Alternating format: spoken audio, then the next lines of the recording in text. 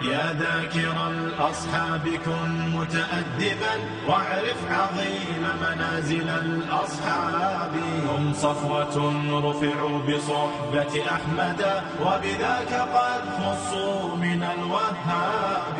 يا ذاكر الأصحاب كن متأدبا واعرف عظيم منازل الأصحاب. هم صفوة رفعوا بصحبة أحمد وبذاك قد خصوا من الوهاب. هم ناصروا المختار في تبليغه فجزاهم الرحمن خير ثواب. ما بال أهل الغي طال لسانهم وتجرؤوا ورموهم بسباب.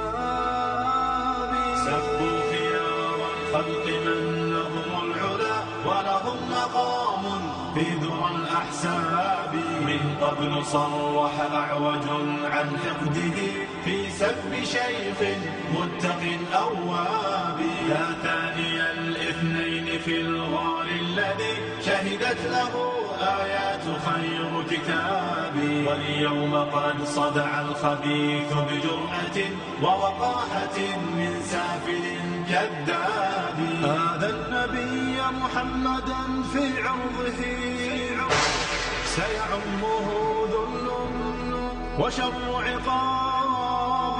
هذا النقية بنت خل المصطفى فليخسأن فسعيه كسراب. هاتيك أم المؤمنين فضلها يروى لنا في سورة الأحزاب. يا أم إني قد كتبت مدافعا والدمع مني كالندى المنساب. من ذاك يجرؤ أن ينال لسانه من زوج خير العجم والأعراب. يا من زعمتم حب آل نبيكم أخلت جماجمكم من الألباب. تمشون في درب الضلال معتب قد أخفيت عثراته بضباب. يا ذاكر الأصحاب كن متأدبا. يا ذاكر الأصحاب كن متأدبا واعرف عظيم منازل الأصحاب. هم صفوة رفعوا بصحبة أحمد وبذاك قد خصوا من الوهاب. يا ذاكر الأصحاب كن متأدبا واعرف عظيم منازل الأصحاب.